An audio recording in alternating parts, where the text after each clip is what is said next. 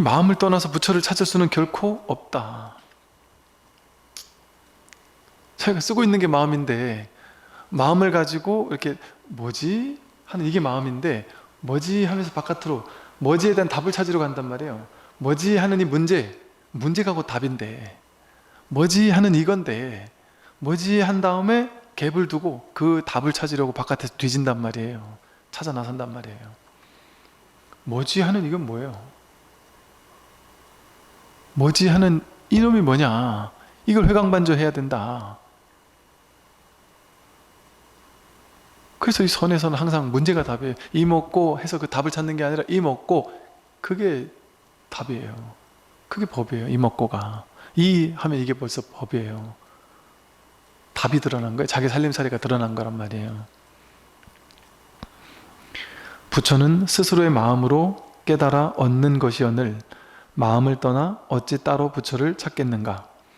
부처는 스스로의 마음으로 깨달아 얻는 것이거늘 마음을 떠나 어찌 따로 부처를 찾겠는가. 스스로 자기가 자기를 깨닫는 거예요. 자기가 자기를, 하나가 하나를, 내가 법을 깨닫는 건 아니에요. 내가 법을 깨달을 수 없어요. 법이 법을 확인하는 거예요. 이걸 굳이 말한다면 뭐 본래 면목 이렇게 얘기하지만, 이 불교적인 역사 속에서 무아라는 가르침 때문에, 또 힌두교라는 것 때문에 우리는 참나라는 말을 불교에서는 되게 싫어해요. 소스라치게 싫어해요. 그 참나라는 표현을 쓰면은 막 삿대 뇌도라고 막 그래요. 우리나라 그 저 큰 스님들, 저 선사 스님들이 막 참나를 찾아야 된다 뭐 이런 얘기를 법회 때 하시는 걸 가지고 요목조목 따져가면서 참나라는 말을 이렇게 썼다라면서 큰 스님이라는 분들이 이러면 되겠냐라면서 막 비판하는 사람들이 많았었죠. 지금도 많겠지만, 그건 뭐 교학적으로 맞는 말이에요. 교학적으로는. 역사적으로 불교에서는 참나라는 말을 되게 싫어했고, 그 말이 되게 안 좋은 말인 건 맞아요. 그런데 방편을 쓰는 사람 입장에서 이런 방편을 쓰려면 쓸 수도 있단 말이에요. 그러면은 그렇게 반발하는 자기들은 무슨 방편을 쓰는데요? 자기들이 말을 한번 뻥끗했다 하면 전부 다 틀린 말이거든요. 말은 진실을 100% 담을 수 없어요. 말은 무조건 허물이 있어요. 어떻게 이걸 말로 표현해요? 말로 표현할 수 없습니다. 말 아니기 때문에, 분별 이전이기 때문에, 분별 이전을 분별로 어떻게 설명을 해요? 분별의 도구인 언어를 가지고 어떻게 법을 설명할 수 있어요? 못해요. 그러나 말을 쓰지 않으면 안 된단 말이에요. 그래서 사실은 그 스님들의, 선사 스님들의 법문은 전부 다 스스로 똥물을 끼얹는 일이다 라고 이렇게 하는 이유가 뭐냐면, 그리고 스님들, 선사 스님들끼리도 옛날 깨달음을 얻은 도인들, 선사 스님들끼리 보면 웃겨요. 이렇게 겉으로 보면은 되게 좀 뭐랄까 이렇게 아집이 강한 것 같고, 서로를 인정 안 하는 것 같고, 이렇게 화합하고 자비롭지 못해 보여요. 꼭 선사 스님들의 어법들이. 이 스승이 저 스승을 인정을 안 하는 것처럼 말한단 말이에요. 이런 방편을 쓰는 거 가지고 막 친단 말이에요. 잘못됐다고 막 치고, 저런 방편을 좀 그것도 잘못됐다고 치고, 심지어 제자가 스승을 막 치고, 요즘 스승은 다른 뭐 심직시불을 했다가 요즘은 스님께서는 비신비불이라고 합니다. 그랬더니 마조가 그 노장 이랬다졌다 하는 게 그칠 일이 없구나. 자기는 그거 하라래라. 나는 심직시불이다. 이렇게 얘기를 한단 말이에요. 그거는 은사 스님을 쉽게 말해 깐 게 아니에요. 내려친 게 아니에요. 우리는 그런 얘기를 들으면, 야, 저 제자가 어떻게 스승님을 저럴 수가 있지? 이렇게 하지만, 그게 선의 어법이에요. 어디도 머무르지 않겠다는 거예요. 어떤 말에도 머무르지 않는다. 모든 걸 다 깨뜨리니까. 그러니까 저 스님의 방편을 내가 아니다라고 깨야 된단 말이에요. 당연히 깨야 돼요. 모든 걸 다 깨야 돼요, 사실은. 그러니까 자기 말도 자기 스스로 또 결국에 가서 깨야 돼요. 그런 차원에서 아니다라고 얘기한 거예요.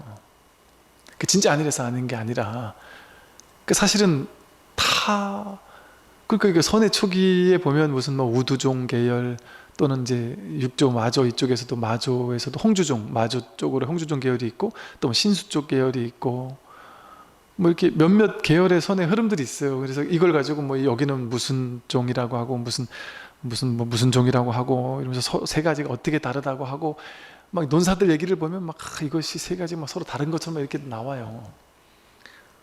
근데 그건 그냥 방편이 다른 거, 어법이 다른 거지, 방편이 다른 거지, 다 같은 얘기거든요.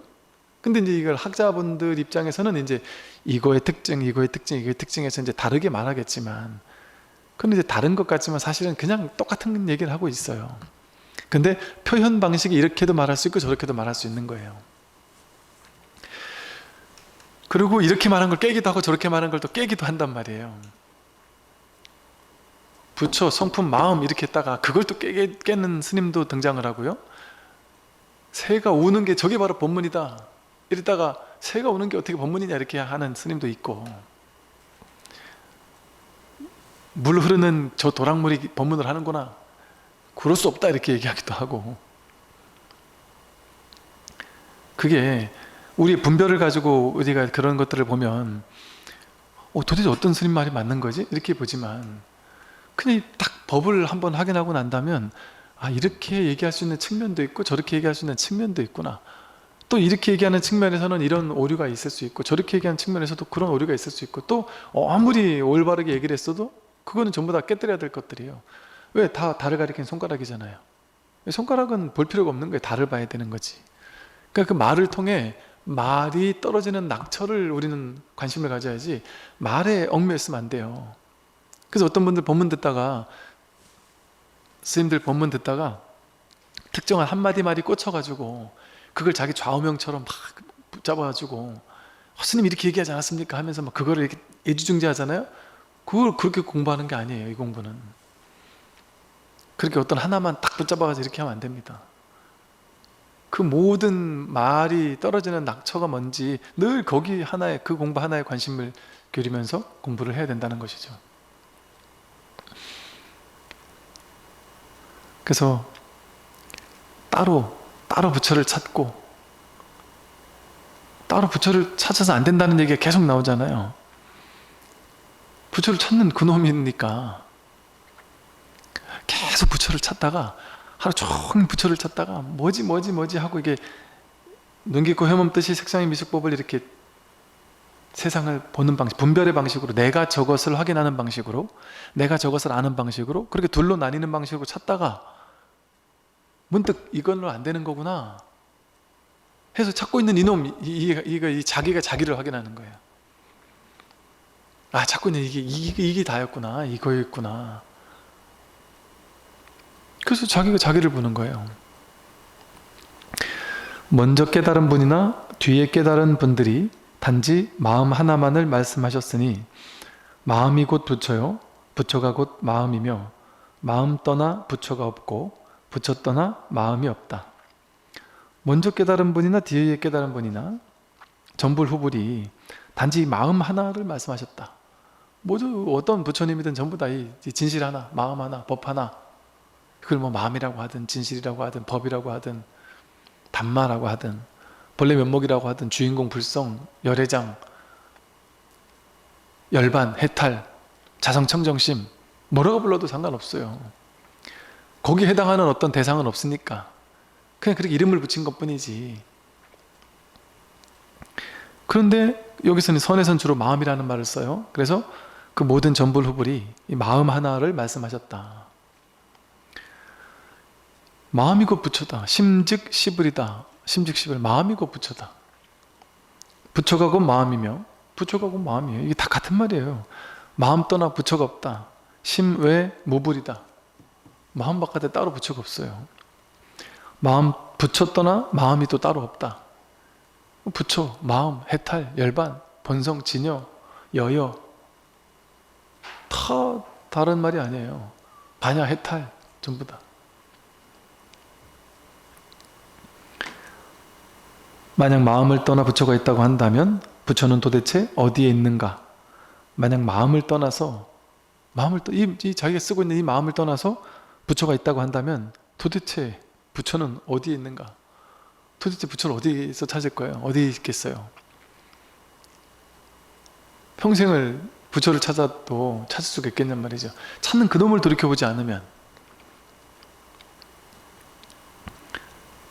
마음을 떠나 따로 부처가 없는데 어찌 부처라는 견해를 일으키겠는가?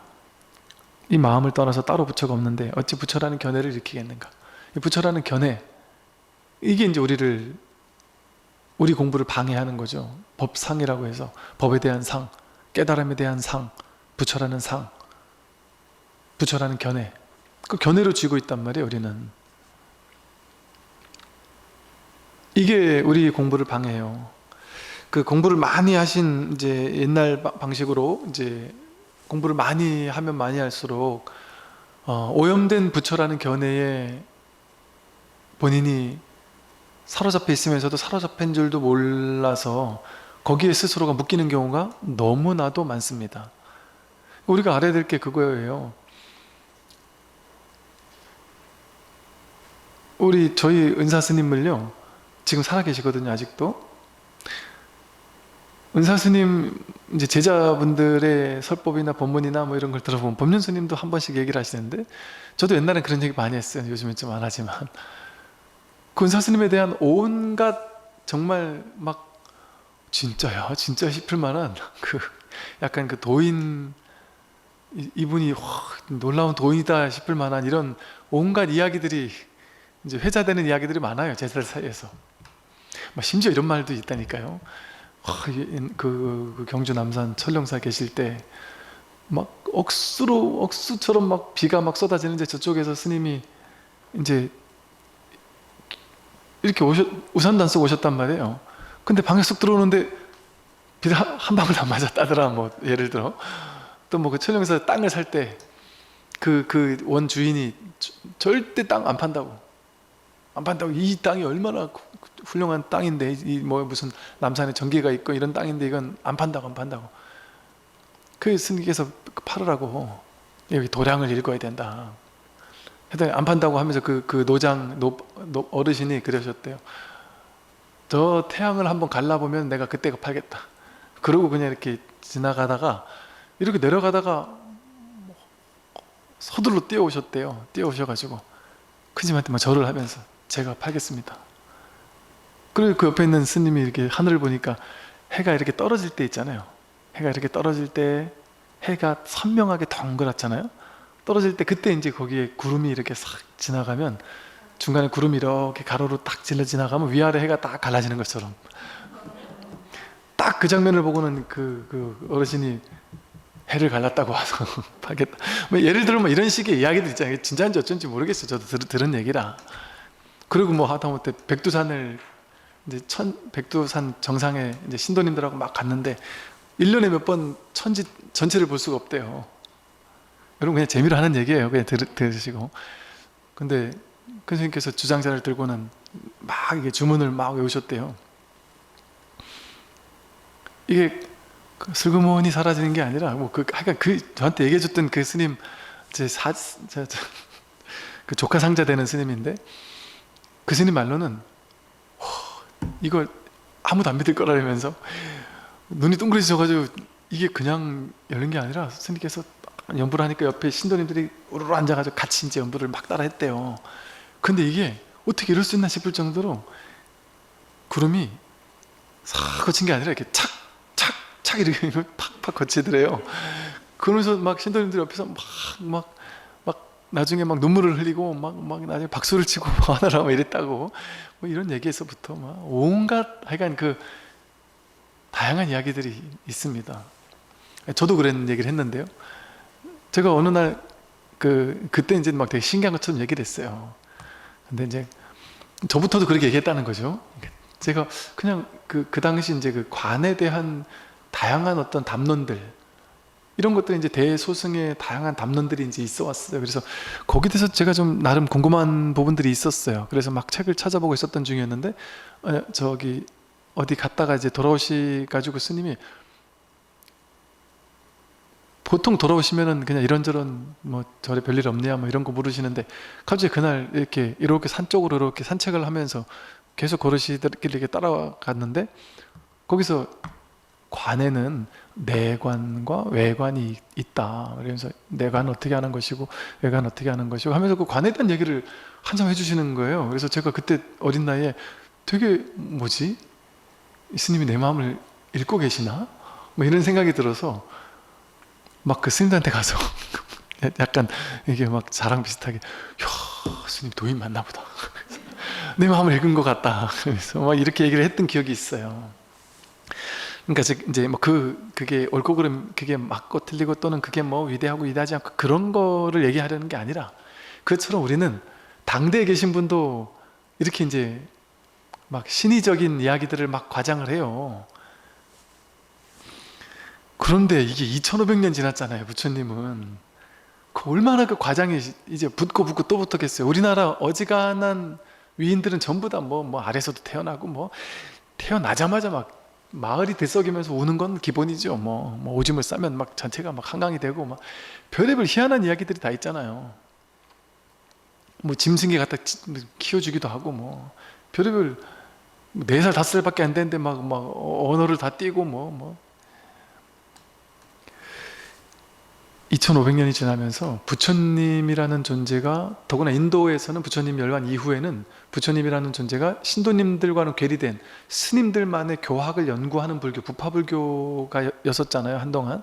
그러다 보니까 신도님들에게는 부처님이라는 존재는 그냥 우러르는 존재밖에 안 됐던 거예요. 부처님이 어떤 분인지 몰랐던 거예요. 그러니까 인도에서는 부처님을 엄청난 놀라운 신같이, 신적인 존재처럼, 그래서 부처님에게 뭘 바랬느냐, 내가 원하는 걸 다 들어주는 분, 이런 어떤 신격화된 그런 부처님을 원했단 말이에요, 대중들은. 그러면서 이제 불교의 어떤 가르침들이, 부처님의 깨달음은 막 어마어마한 것이다, 부처님은 모든 중생을 힘든 걸 딱 보고 와가지고 딱 고쳐주시고 병도 다 낫게 해주시고, 예를 든다면 깨달음은 어마어마한 거다. 깨달으면 그 깨달은 사람 손만 만져도 병이 다 낫는다. 저 윤사 스님 탁구공원에 그 대각사 계실 때, 종로 대각사 있을 때 탁구공원에 산책을 하시면 그렇게 노파 어르신들이 쫓아다니면서 손 한번 잡아달라 그랬대요. 손 한번 잡으면 병이 다 낫대요, 젊었을 때. 그런 소문이 이제 막 도는 거죠. 그런 소문을 좋아한단 말이에요, 사람들은. 옛날 사람은 얼마나 더 심했겠어요. 그러니까 부처님, 불교의 깨달음은 뭐라고 느끼겠어요, 사람들은. 아, 손만 잡아도 여러분, 부처님 손만 잡아도 낫는 거는 애교죠. 여러분들은 뭘 원해요? 대웅전 가서 탁 1000원 올려놓고 남편 진급과 자식 합격과 우리 집의 대박과 우리 집값이 막 몇 억이 뜨기를 바라고, 그리고 스님이 올려놓고 기도했던 염주를 이렇게 탁 주면, 100일 기도하고 부처님 자리에 올려놓고 기도한 염주입니다 이렇게 주면 왠지 모르게 이 염주엔 더 뭔가 어떤 힘이 있을 것 같고. 제가 이렇게 예전에, 요즘은 안 하고 다니는데 예전에 단주를 많이 하고 다녔어요. 단주를 하고 다니면 이제 우리 군에 있을 때 장병 친구들이 단주 하나 너무 가고 싶다래요. 그럼 이렇게 불러준단 말이에요. 근데 이제 전역해가지고 몇 년 지나서 찾아왔던 친구가, 스님 이거 기억하세요? 그래서 몰라 그랬는데, 스님이 하고 있던 걸 절 주신 거예요. 이게 하도 오래 안 풀고 있어가지고 이게 달고 달아가지고 나중에 터져, 그날이 제 인생 최고 위기였다고. 이 터진 거를 하나하나 다 찾아가지고 끈을 다시 사가지고 다시 묶어가지고 지금도 하고 다닌다 그러면서. 그렇게 우리는 의미부여하는 걸 좋아한단 말이에요. 제가 하던 염주를 줬다고 해서 거기 뭔 영음이 더 들어있겠어요? 근데 우리는 그런 거 믿는 걸 좋아한단 말이에요. 그리고 이제 우스개로 하는 얘기겠지만, 스님 손 한번 만져주세요.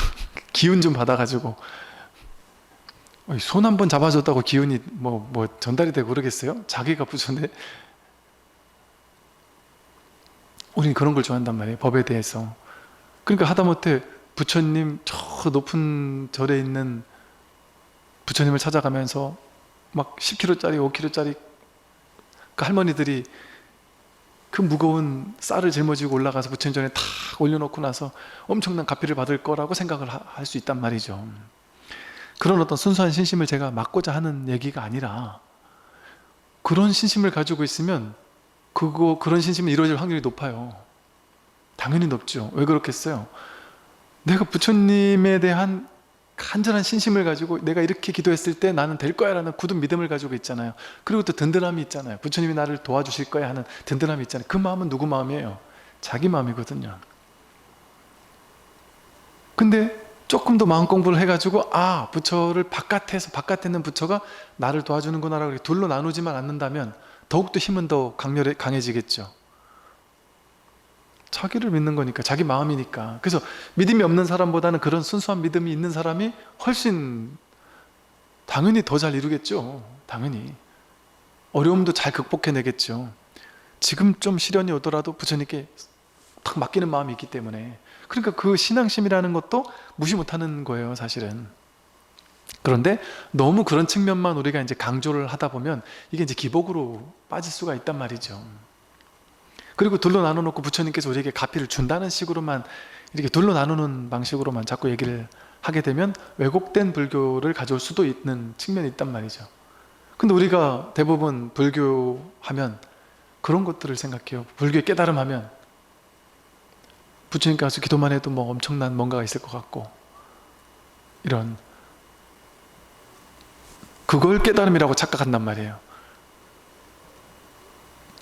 제가 만나봤던 많은 뭐 어른 스님들이나 많은 이제 나름 이렇게 깨달았다라고 하고 법의 안목이 밝다고 하시는 분들을 저는 뭐 안 찾아다녀 봤겠어요. 다 정말 많은 분들을 많이 찾아다녔죠. 저도 제가 뭐 할 것 없이 곳곳에서 제가 한참 공부할 때는 막 그런 분들만 찾아다녔겠어요. 옛날 같으면 제가 얘기했듯이 심지어 막 외도의 수행처에도 여기저기 다녀봤었어요. 제 20대 때 같으면. 지금 유명한 그 외도 유명한 이런 데도 제가 옛날에 한번 가봤었고, 이런 데가 몇 군데 있어요. 왜? 그때는 이제 우선 질문하는 사람들이 워낙 많아가지고 도대체 뭐냐, 도대체 이건 뭐길래 이렇게 사람들이 구름대처럼 몰려드나 싶어가지고 호기심에도 가보고, 그때 뭐 되게 호기심이 많았었어요. 얼마나 많은 사람 만났겠어요. 그런데 이제 나중에 이제 시간이 지난 뒤에 이 공부가 그런 게 공부가 아니구나 라는 안목이 쓴 다음엔 이제 이 공부에 대한 이제 스승들을 좀 많이 찾아다녔었죠. 근데 제가 만난 그런 분들은 제가 어릴 때 생각했던 것 같은 그런 막 신비적이고 놀라운 도수를 부리고 눈을 탁 보면 뭔가를 다 알아차리고 미래를 알고 뭐 예를 들어 그런 모습이 아니에요. 그냥 동네 어르신 같고 그냥 자비로운 그냥 할아버지 같기도 하고, 또 성격이 예민하던 사람이 깨달으면 그 예민한 성격 어느 정도 그대로 있어요. 또 저는 거룩한 얘기 한참 하다 말고서 갑자기 전화를 받더니 막 소리를 내면서 막 싸우다가 다시 끊고 나서는 딱 돌아오는 거예요. 그리고 또 다시 공부 얘기하고 그러기도 하고, 이를테면 그 평범한 우리와 똑같단 말이에요. 그래서 제가 그런 분들을 뵈면서 내가 20년 전에 불교 안에는 깨달음이 없어 이렇게 막말을 할 수밖에 없었겠구나. 왜? 저는 그건 도가 아니라고 생각했거든요. 도는 어마어마한, 도인은 딱 만나자마자 뭔가 문제가 해결되고 뭐 우리와는 완전 다른 그런 걸 도라고 생각해 놓으니까 그런 도인을 찾았단 말이에요. 그렇게 이상한 거 자꾸 눈에 띄었단 말이죠. 이것저것 막 그냥 막 온갖 것들 막 관심 가져봤었단 말이죠. 근데 이게 그냥 여러분 자신을 믿으세요. 제가 여기저기 다녀보다 보니까 확실해요. 다 알아요. 우리가 외도인 곳에 가잖아요. 그러면 본인이 안다니까요. 본인이 가슴으로 다 알아요. 그 나중에 이제 저한테 와서도 하는 얘기가 그거예요. 그때 저도 이상하다고 느꼈어요.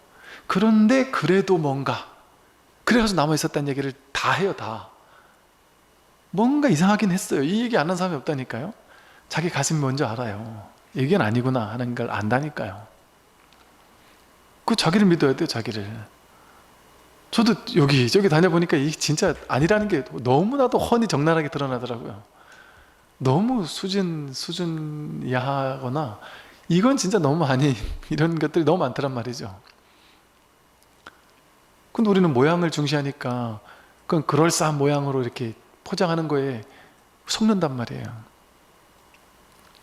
그건 나중에 보니까 정말 그냥 이 평범한, 그러니 이 공부에 대한, 법에 대한 바른 견해, 불지견, 어떤 깨달음에 대한 견해, 이게 바로 서 있지 못하면 그런 자기 마음속에서 삿되게 만들어 놓은 법에 대한 상을 쫓아요.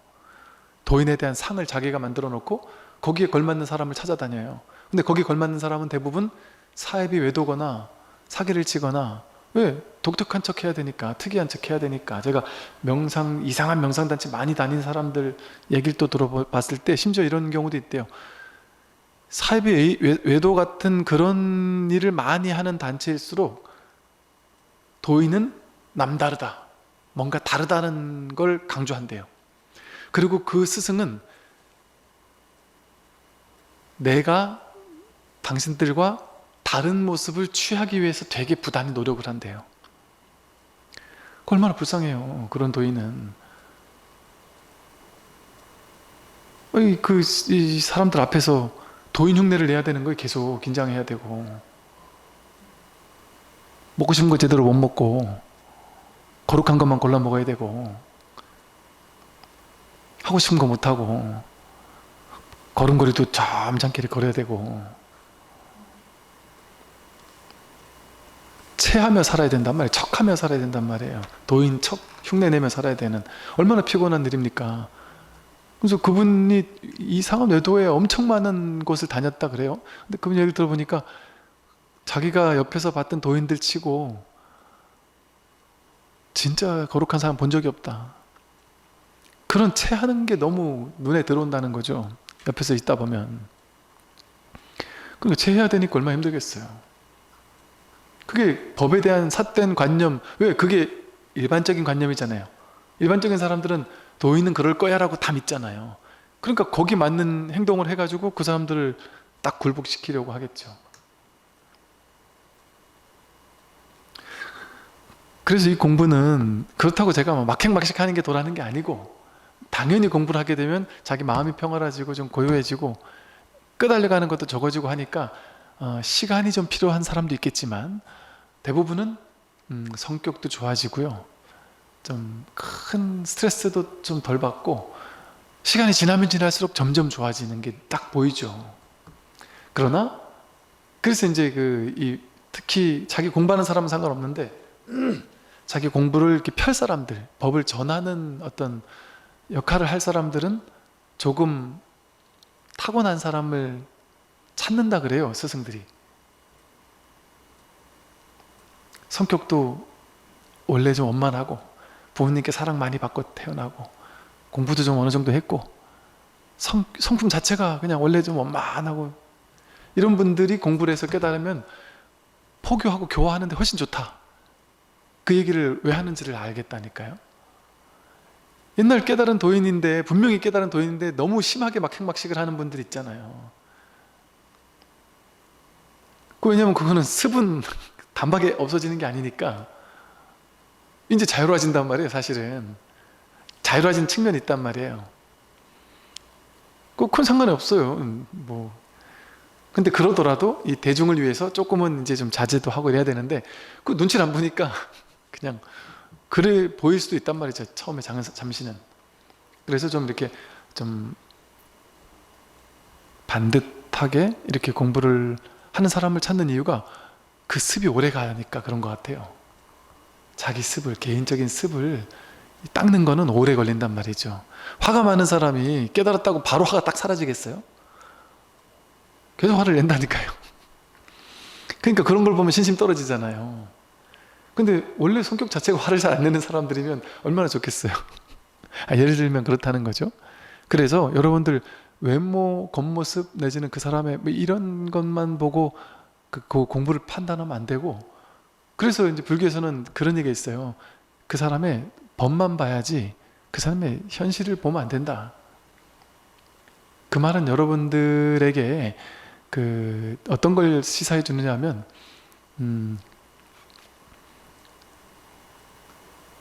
그냥 뭐랄까, 내 공부만 하면 된다네. 공부만. 여기서 내가 그 공부 도반 그 스승 밑에서 공부만 하면 돼. 자기 공부만. 거기서 뭐 다른 거 얻으려고 하면 안 돼요. 공부만 하면 돼요. 그 공부하고 떠나면 돼요. 공부해서 떠나는 거라니까. 이 공부는 하산하는 거예요. 공부해서 뭐 그 스승에게 내가 눈에 들어가지고 뭐 좀 더 뭐 예쁨을 받고 뭐 아니면 뭐 더 인정을 받고 뭐 아니면 뭐 이런 걸 구할 필요가 없단 말이에요. 자기가 그냥 딱 나도 공부만, 나도 저 사람이 만약에 그 현실의 삶이 마음에 안 든다 하면 오케이, 난 이 사람 밑에서 내가 딱 이익 챙기게, 이게 좀 안 좋은 말인데, 내가 공부하겠다 해서 딱 법만 보고 공부할 수 있단 말이죠. 제가 아는 스님 중에도 현실을 봤을 땐 좀 위태위태하다 싶을 정도로 조금 저런 건 좀 안 해주시면 좋겠는데 싶은 분도 계시고, 그런데 안목은 확실한 분들이 계신단 말이에요. 안목은 딱 있는 분들이 계세요. 공부하는 데는 뭐 그냥 상관없단 말이에요. 그냥 내 공부만 하면 되니까. 그래서 말이 길어졌는데, 하여간 그렇게 우리가 이제 공부에 대한 안목, 또 깨달음에 대한 안목, 이런 게 되게 중요합니다. 그래야 내가 좀 바른 안목을 갖추고 공부를 할 수 있어서 시간을 단축해줘요. 내가 공부하는데 어떤 여기저기 딴 데 막 여기저기 다니면서 몇십 년 허비할 수 있는 뭐 그런 시간들을 좀 단축해주고, 내가 내 공부만 해나갈 수 있게. 그래서 여러분 머릿속에 들어있는 막 돈에 대한 엄청난 막 이렇게 막 부풀려진 환상, 그거를 빨리 깨야지만 공부하기가 쉬워져요. 왜냐면 여러분 자기 성품 확인하고 난 사람들이 오면 100% 물어보는 게 뭔지 아세요? 너무 충격에 빠져서 처음에는 막 환희심이 났는데 그게 슥 사라지고 나서는 너무 괴로워해요. 왜 그러냐고 여쭤보면 전부 다 똑같은 질문이에요.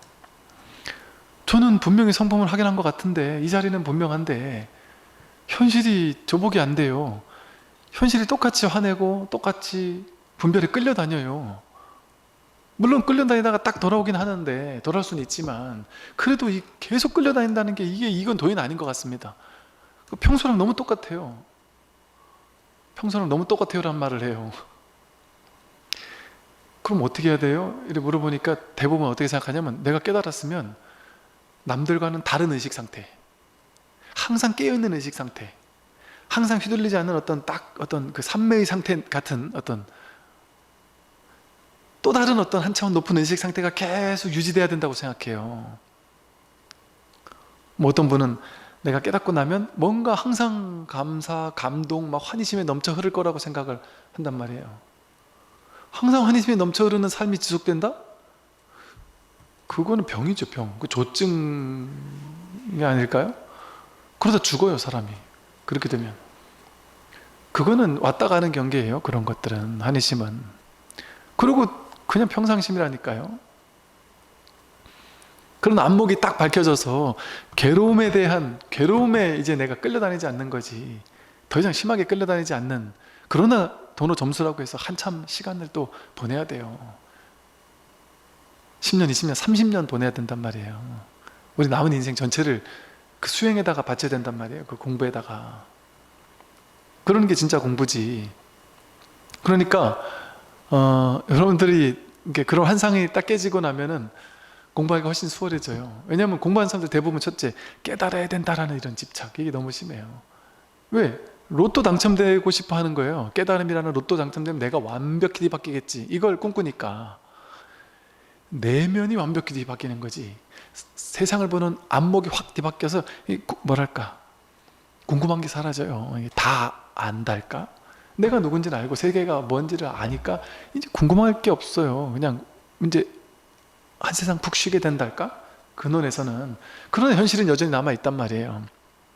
그러니까 겉으로 봤을 땐 똑같다니까요. 똑같이 직장생활 해야 되고 애 키워야 되고 할 거 다 해야 돼요. 그러니까 내가 단박에 깨달아서 내가 로또 당첨된 것처럼 이제 나는 속편하게 살란다, 그런 마음으로 공부할 생각을 포기하면 공부 더 빨라져요. 그런 상을 딱 내려놓고 공부하면, 내가 이 너무 좋은 공부니까 나 그냥 평생 하겠다, 담담한 마음으로. 이 좋은 공부 내가 하는 것만으로 얼마나 행복하냐, 그럼 내가 그냥 평생 하겠다, 이런 마음으로 그냥 하면 이제 꾸준히 공부해 나갈 수 있는 힘이 생겨요. 놀라운 어떤 막 색다른 체험 같은 게 막 계속돼야 된다는 이런 상을 쥐고 있지만 않으면, 안 그러면 그 체험에 대한 상을 쥐어가지고 이거를 추구하는 데 시간 다 보내요. 많은 공부인들이. 옛날에 한번 깨달았다는 사람도 그것도 체험하려고 거기다 시간 다 허비해요. 그 체험에 대한 어떤, 이걸 없다고도 할 수 없지만 여기에 너무 어떤 상을, 환상을 품고서 그거를 추구하게 되면 진짜 공부를 놓쳐요. 진짜 공부는 체험하고 말고가 아니라 늘 있는 이것을 늘 뭐랄까, 여기 익숙해지는 거예요. 그냥 법에, 자기 살아있음에, 자기 어떤 이 생명에, 자기 마음에 익숙해지는 거거든요. 한번 문득 이 자리를, 감을 딱 한번 잡고 난 다음부터는 여기 그냥 익숙해지는, 그리고 분별은 이제 조금 이제 낯설어지는, 분별보다는 이제 이 자리에 조금 더 익숙해지는 삶을 꾸준히 살아나가는 거예요. 근데 그 수행의 시간이 오래 걸린단 말이죠. 그러니까 그게 한다고 해서 막 단박에 확 달라지지 않아요. 제가 가끔 어떤 분들 보니까 한번 딱 견성하고 나니까 너무나 놀랍게 달라졌다라면서 남편이 아내가 막 너무 좋아하더라, 뭐 혜택을 받다, 뭐 이런 얘기를 제가 몇 번 했다 보니까 막 또 거기에 또 상을 가진 사람들이 많더라고요. 그때 잠깐 그랬는 거예요. 그러고 나서 또 한동안 지나면, 스님, 이 남편이 자기 공부해서 뭐 어떤 체험이 있느냐 하면서 막 좀 좋아진 것 같더니 또 좀 돌아온 것 같아요. 이렇게 얘기하기도 해요. 그러면서 공부해 나가는 거예요. 이제 하나하나 차츰차츰 좋아진단 말이에요. 현실에서는 차츰차츰 좋아져요. 딱 깨달으면 돈으로 몰려오지만 점수라고 해서 차츰차츰 공부해 나가면서 자기를 늘 관하게 되고, 윗바사나가 저절로 흐르는 윗바사나에 이렇게 우리가 딱 안주하게 된단 말이죠. 오늘 여기까지 말씀드리겠습니다. 선물하십시오.